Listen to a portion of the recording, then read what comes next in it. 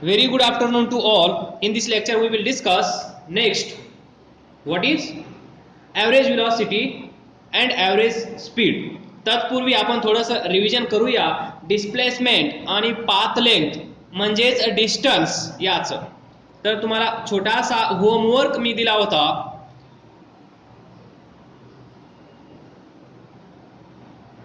हा circular track, या circular ट्रॅकवर तुम्ही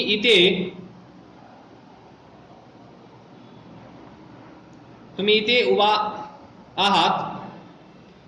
point A B C D या सर्क्युलर ट्रॅकची रेडियस आहे आर. आणि फाइंड काय करायचं होतं, इथून निघाले आहात आणि तुम्ही जाऊन पोहोचले आहात कुठे, पॉइंट बी ला.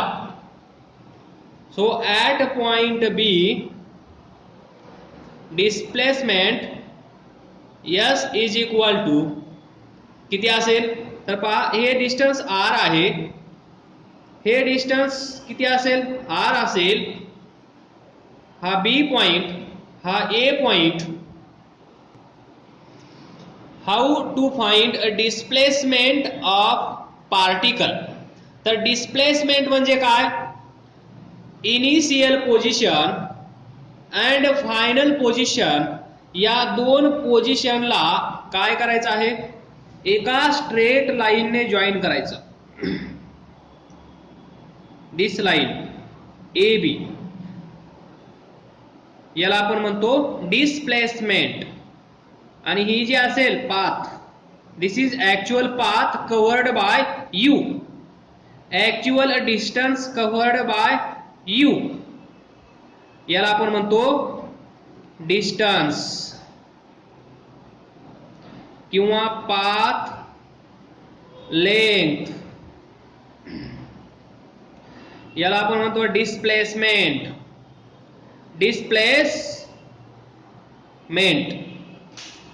तर इथे तुमच्या समोर याला जर आपण ओ असं म्हणलं, सेंटरला ओ ए रेडियस आहे म्हणजेच आर, ओ बी रेडियस आहे म्हणजेच आर. तर आपल्याला ए बी फाइंड करायचे आहे. तर पहा, to find S is equal to, this is right angle triangle O A B, this is R. मग तुम्ही हे फाइंड करू शकता. So A B square is equal to A O square plus O B square. A O ची value आहे R, so R चा square. O B ची value आहे R, so R square is equal to 2r square. So A B square, so A B is equal to √2 into R. दोन्ही साईडचं square route घेतलं तर A B ची value म्हणजेच length of A B, length of A B is equal to displacement.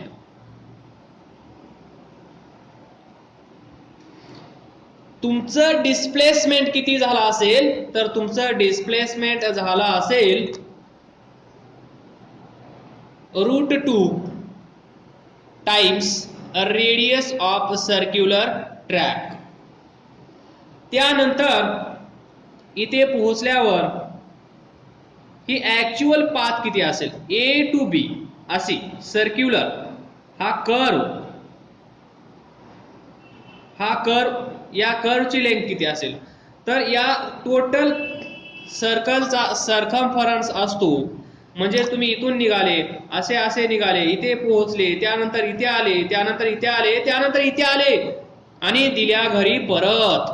जिथून निघाले तिथेच तुम्ही परत आले, तेव्हा आपण total distance, total path, actual distance किती कव्हर केलेला असेल, is equal to circumference of this circular track. या सर्क्युलर ट्रॅकचा जो सरकमफरन्स असेल तेवढं डिस्टन्स आपण ऍक्च्युअली कव्हर करत असतो. And which is equal to C is equal to 2 pi R. मग या 2 पाय आर चा ए बी हा कितवा पार्ट आहे? एक quadrant 1/4. So 1/4 is equal to pi R by 2. So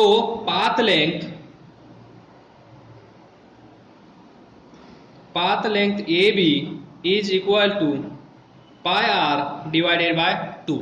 आणि अशाच प्रकारे तुम्ही C ला या, त्यानंतर D ला या, त्यानंतर प्रत्येक पॉइंटला तुम्हाला असंच करायचं आहे.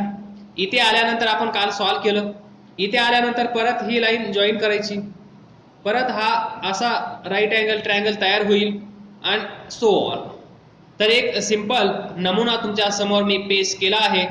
सो तुम्ही आता सॉल्व्ह करू शकता. राहिलेलं नाही आलं तरी मग मी आहेच, पुढच्या लेक्चरमध्ये आपण डिस्कस करूया. आता आपण पुढची कन्सेप्ट घेऊया. त्या कन्सेप्टचं नाव आहे ॲव्हरेज स्पीड, जो खूप महत्त्वाचा आहे. Average speed. एक एक कन्सेप्ट आपण पुढे जाऊया. पाठीमागचं रिव्हिजन, पुढची एक कन्सेप्ट.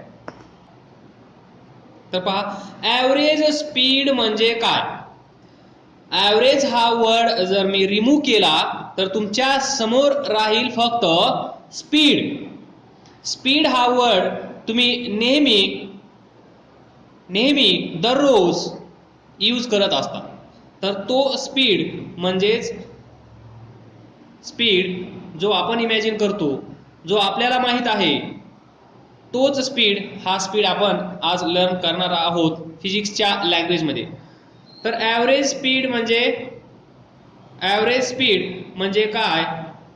थोडक्यात लक्षात ठेवा. ॲव्हरेज स्पीड म्हणजे तुम्ही इथे आहात, व्यवस्थित लक्ष द्या.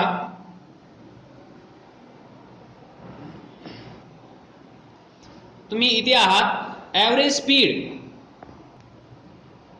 तर पहा, तुम्ही इथे आहात असं कन्सिडर करा. त्यानंतर तुमचं होम, हे तुमचं होम,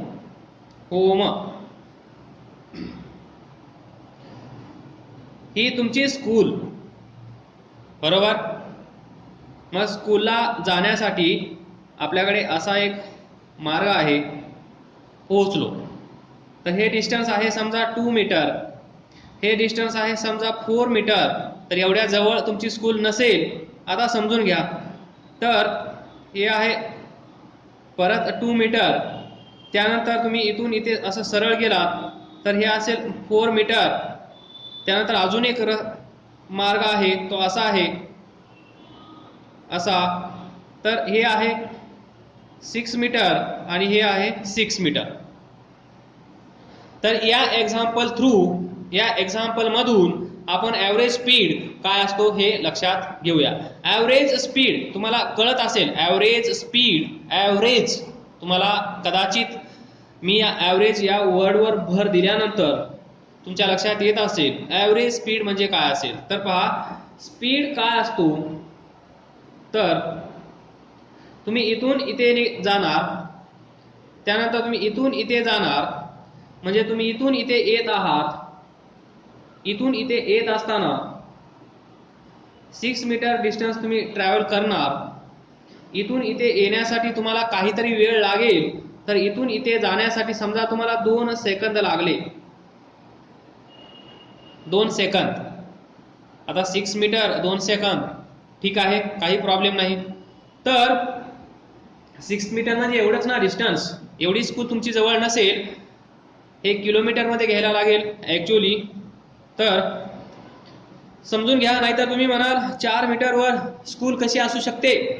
तुम्हाला समजण्यासाठी हे छोटंसं एक्झाम्पल घेतलं आहे, ॲव्हरेज स्पीड समजण्यासाठी. नाहीतर तुम्ही म्हणाल हे माझं घर, ही माझी शाळा, आणि या शाळेमधलं आणि घरामधलं डिस्टन्स 4 मीटर कसं काय. तर 6 मीटर डिस्टन्स ट्रॅव्हल करण्यासाठी 2 सेकंद लागतात. हे 6 मीटर डिस्टन्स ट्रॅव्हल करण्यासाठी परत 2 सेकंद लागतात. तर पहा तुम्ही इथून निघाले आहात, याला आपण म्हणूया मार्ग नंबर 1, याला म्हणूया मार्ग नंबर 2 आणि हा मार्ग नंबर 3. तर अगोदर पहिल्या केसचा आपण विचार करूया. पहिल्या केसमध्ये टाइम किती लागत आहे? इथून इथे जाण्यासाठी टाइम किती लागत आहे? 2 सेकंद प्लस 2 सेकंद 4 सेकंद. 4 सेकंदामध्ये हा स्पायडरमॅन त्याच्या स्कूलमध्ये पोहोचत आहे. बरोबर. टोटल पाथ लेंथ तुमच्या लक्षात येत असेल आता. Path length is equal to actual distance travelled. 2 वर्षे विसरायचं नाही. पाथ लेंथ म्हणजेच ऍक्च्युअल डिस्टन्स ट्रॅव्हल्ड. तर ऍक्च्युअल डिस्टन्स ट्रॅव्हल किती आहे? तुम्ही म्हणजे हा स्पायडरमॅन इथून निघाला आहे, इथे पोहोचला 6 मीटर, परत इथून निघेल इथे पोहोचेल 6 metre. So total path length is 12 metre. Total distance travelled by Spiderman is 12 meter. Total time taken by Spider-Man to reach school is 4 seconds. So now we can define average speed. तर पहा average speed काय असतो? AVG average speed किंवा VAVG तुम्ही असं लिहू शकता किंवा तुम्ही असंही लिहू शकता VAV. So VAVG is equal to path length divided by total time taken. Path length किती आहे? तुम्ही इथून निघाले आहात, हा स्पायडरमॅन इथून निघाला, हा स्पायडरमॅन इथे पोहोचला, हा स्पायडरमॅन इथून निघाला, हा स्पायडरमॅन इथे पोहोचला. तर त्याने पाथ लेंथ म्हणजे ऍक्च्युअल डिस्टन्स किती ट्रॅव्हल केला आहे? 12 metre. So 12 divided by 12 metre divided by total time taken. इथून इथे 2 सेकंद, इथून इथे 2 सेकंद, तर टोटल टाइम किती घेतला आहे? 4 सेकंद. तर किती येतं पहा, 4 3 जा याचं unit second. So 3 metre per second. 3 metre per second. 3 metre per second हा आहे ॲव्हरेज स्पीड. तर पहा AVERAG ॲव्हरेज स्पीड. VAV हा असतो average speed is equal to path length divided by total time taken. किती वेळ लागला तिथे पोहोचण्यासाठी, म्हणजे एवढं डिस्टन्स ट्रॅव्हल करण्यासाठी किती वेळ लागला? पाथ लेंथ यालाच तुम्ही असं लिहू शकता actual distance travelled. Actual distance travel divided by total time interval. Total time interval म्हणजे किती वेळ लागला, किती वाजता आपण निघालो? 10:30 वाजता निघालो. किती वाजता पोहोचलो? 11 वाजता पोहोचलो. किती वेळ लागला? 11 - 10:30 अर्धा तास. दिस इज टोटल टाइम इंटरवल. किती वेळ लागला किंवा टोटल टाइम टेकन काही म्हणू शकता, जसं तुम्हाला योग्य वाटेल तसं, जसं तुम्हाला समजेल तसं. Actual distance travel divided by total time interval और टोटल टाइम टेकन. तर स्पीड ही एक स्केलर क्वांटिटी आहे, लक्षात ठेवा. कशी आहे? स्केलर क्वांटिटी आहे. ही डायरेक्शनवर डिपेंड करत नाही. ही एक स्केलर क्वांटिटी आहे, हे लक्षात ठेवायला विसरू नका. डायमेन्शन्स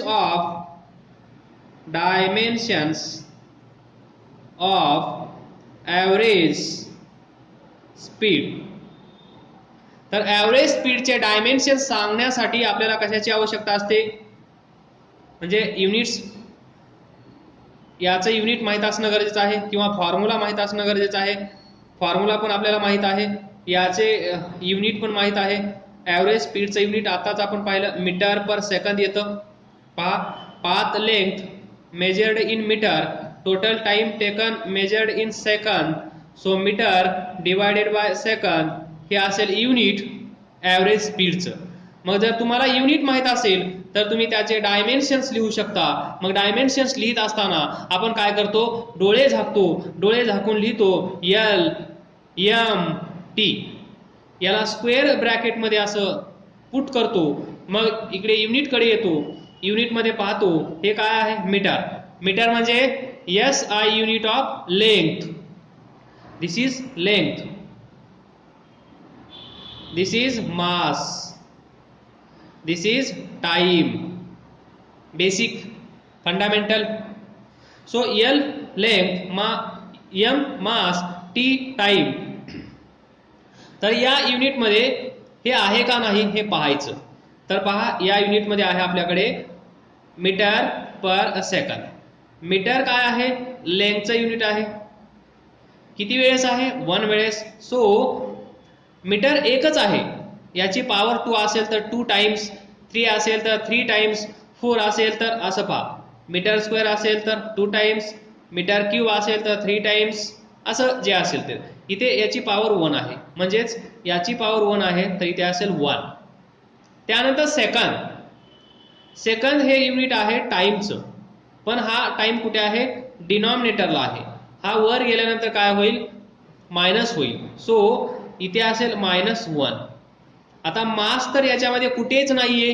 मासवर म्हणजे ॲव्हरेज स्पीड हा मासवर डिपेंड करत नाही असं आपल्याला सांगता येईल. सो ज्याच्यावर डिपेंड करत नाही त्याची पॉवर असेल 0. हे असतील त्याचे dimensions. L1, M0, T-1. This is average speed. तर पहा, हे आहे शहापूर, बरोबर. शहापूर वरून आपण निघालो, पोहोचलो आपण आसनगावला. आसनगाव, बरोबर. आसनगाववरून आपण निघालो,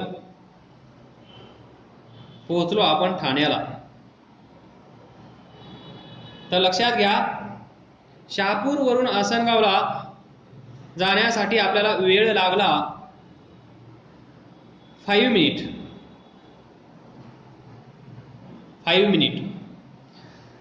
हे शहापूर वरून आसनगाव हे डिस्टन्स किती आहे, हे डिस्टन्स आहे समजा 3 किलोमीटर. 3 किलोमीटर. त्यानंतर आसनगाववरून ठाण्याला जाण्यासाठी आपल्याला लागला 1 तास, 1 आवर, म्हणजेच 60 मिनिट. आसनगाव ते ठाणे हे डिस्टन्स आहे समजा 40 किलोमीटर. ॲक्च्युली मला माहीत नाही किती आहे, सो 40 किलोमीटर आपण कन्सिडर करू. सो आसनगाववरून ठाण्याला जाण्यासाठी 60 मिनिट लागत आहेत. डिस्टन्स आहे 40 किलोमीटर. आणि तुम्हाला विचारलं find average speed. Average speed एक कॉमन व्हॅल्यू जी सदैव नेहमी खरी असेल. जसं आपण आपलं पर्सेंटेज काढतो ना, एका सब्जेक्टला कमी मार्क्स, एका सब्जेक्टला जास्त मार्क, तर ॲव्हरेज काढल्यानंतर एक कॉमन नंबर भेटतो, ॲव्हरेज नंबर. तसं इथून इथे जात असताना ॲव्हरेज स्पीड काय असेल, तो आपल्याला ॲव्हरेज स्पीड फाइंड करायचा आहे. तर पहा, इथून आपल्याला माहित आहे ॲव्हरेज स्पीड म्हणजे काय. Average speed is equal to total distance travelled, total distance travelled divided by total time taken, average speed. तर टोटल डिस्टन्स ट्रॅव्हल्ड किती असेल पहा. टोटल डिस्टन्स शहापूरवरून Asangaon 3 kilometre. So total distance travel D is equal to 3 kilometre plus आसनगाववरून ठाण्याला 40 kilometre. So 40 kilometre. हे जास्त असेल कदाचित, पण समजून घ्या ॲक्च्युअल किती आहे मला माहीत नाही, म्हणून मी 40 किलोमीटर लिहिलं आहे. So D is equal to 3 kilometre plus 40 kilometre किती येईल. 43 kilometre. Total distance travelled by जो कोणी जात आहे त्याने 43 किलोमीटर. त्यानंतर टोटल टाइम टेकन किती आहे. Total time T is equal to इथून इथे 5 मिनिट, इथून इथे 60 मिनिट. सो 65 मिनिट बस. So average speed VAVG is equal to total distance travelled किती आहे 43 kilometre. 43 kilometre divided by total time taken किती आहे 65 मिनिट्स. 65 मिनिट. तर हे सोडवल्यानंतर जे येईल ते येईल 43 divided by 65 into kilometre per minute. म्हणजे एका मिनिटाला एवढं डिस्टन्स. हे कॉन्स्टंट असेल ॲव्हरेज. सो याला आपण म्हणतो ॲव्हरेज स्पीड.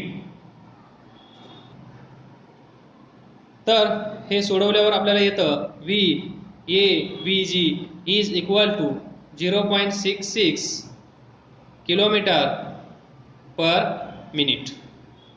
युनिट पहा किलोमीटर पर मिनिट. तर ॲव्हरेज स्पीड अशा प्रकारे आपण फाइंड करत असतो. तर याच्यामध्ये थोडंसं अजून जनरल नॉलेज मी तुम्हाला देणार आहे. Now we can define average speed. तर पहा ॲव्हरेज स्पीड आपण आता डिफाईन करू शकतो. कन्सेप्ट तुम्हाला समजले असेल तर डेफिनेशन पहा. This is defined as total path length travel during the time interval over which average speed is being calculated divided by total time or time interval. म्हणजे ॲक्च्युअल डिस्टन्स किती travel केलं divided by time किती लागला, या दोघांचं simply average म्हणजे average speed. So ही एक स्केलर क्वांटिटी आहे.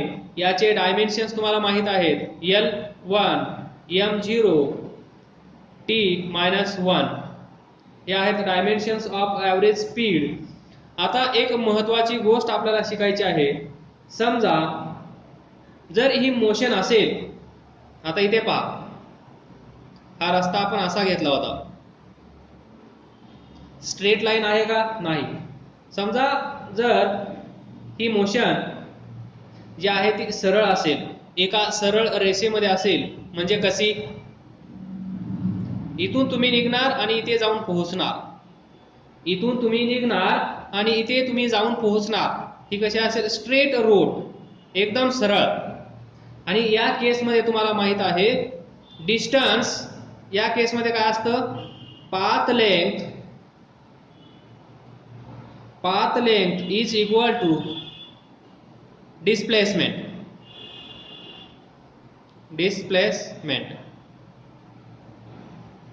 या केसमध्ये तुम्हाला माहित आहे point A point B straight path length म्हणजे ॲक्च्युअल डिस्टन्स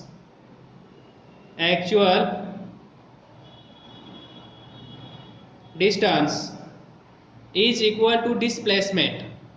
हे तुम्हाला माहित आहे. म्हणजे तुम्ही हाच फॉर्म्युला ॲव्हरेज स्पीड साठी म्हणजे ॲव्हरेज स्पीड फाइंड करायचा असेल आणि ती मोशन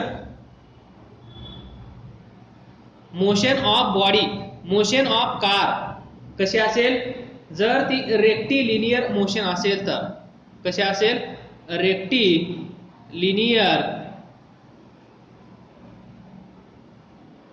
मोशन असेल तर, जर ती सरळ मार्गाने जात असेल, ती टर्न घेत नसेल, ती इकडे जात नसेल, ती इकडे जात नसेल, न टर्न घेता निघाली म्हणजे स्टेरिंगचा वापर केलाच गेला नसेल, इथून निघाली की सरळ इथे जाऊन पोहोचली, सरळ,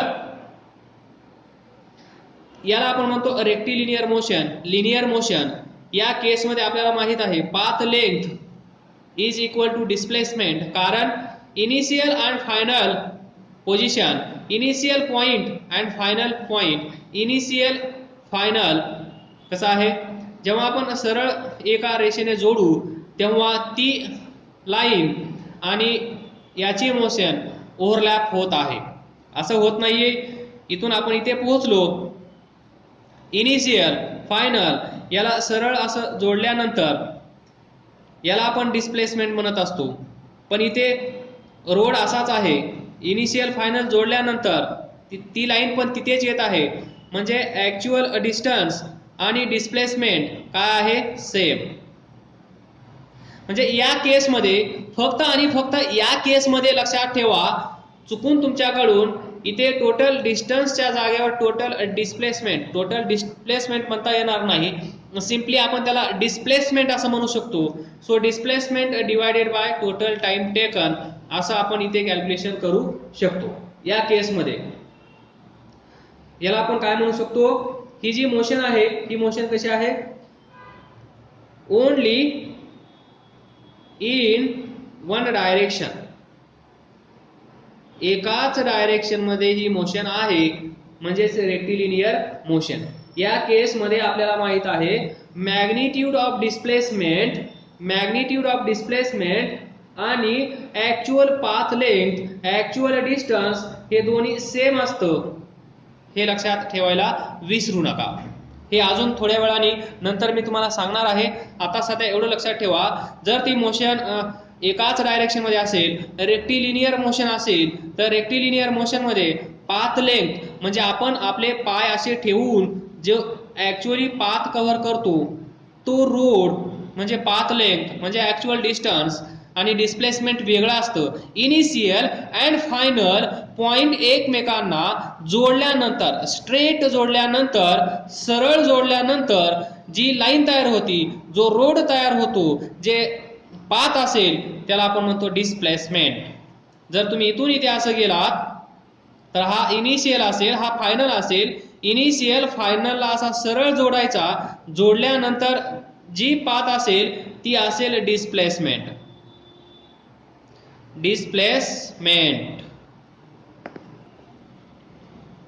next term is average velocity.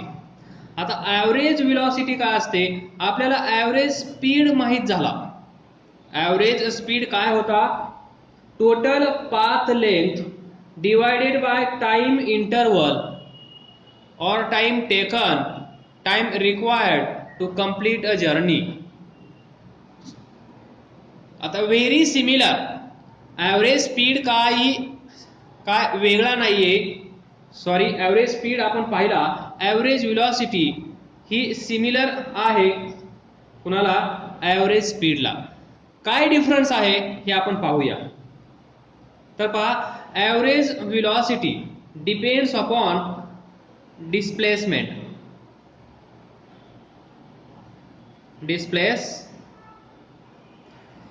एवढं लक्षात ठेवलं की ॲव्हरेज व्हेलॉसिटी तुम्हाला समजली. Average velocity depends upon displacement, आणि आपल्याला माहित आहे displacement is vector quantity.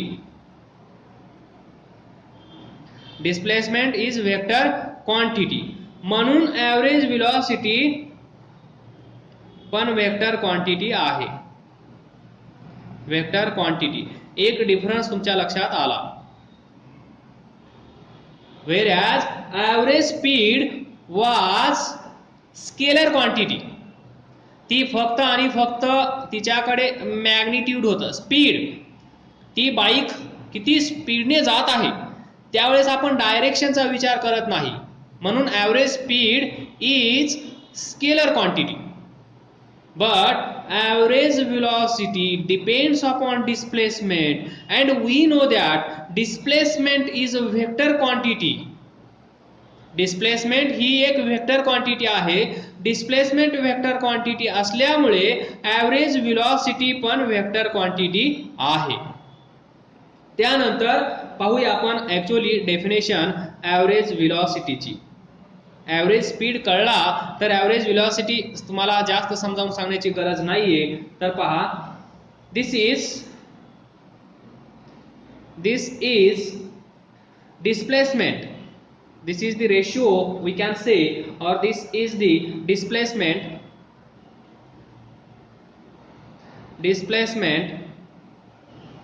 of body or vehicle or particle during the time interval over which average velocity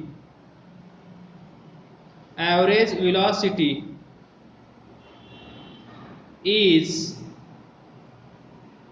being calculated.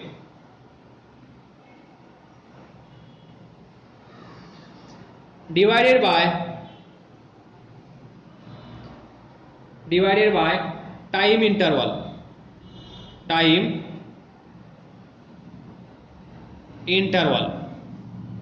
तर this is a small definition of average velocity. याचा अर्थ काय? Displacement of body during the time interval over which average velocity is being calculated. म्हणजे समजा 10:30 सकाळचे यावेळेस ती गाडी निघाली, ती व्हेकल निघाली आणि ती 11:30 AM पोहोचली. तर इथून इथे याला आपण T1 म्हणत असतो, याला आपण T2 म्हणत असतो. So time interval T2 minus T1 is equal to किती आहे? 11:30 minus 10:30 is equal to 1 hour. बरोबर, 1 तास म्हणजे टाइम इंटरवल. पहा इथे टाइम इंटरवल म्हणजे हा टाइम 1 तास. 10:30 वाजता निघाली, 11:30 वाजता पोहोचली, म्हणजे टाइम इंटरवल किती झाला? Time interval T2 minus T1 is equal to 1 our.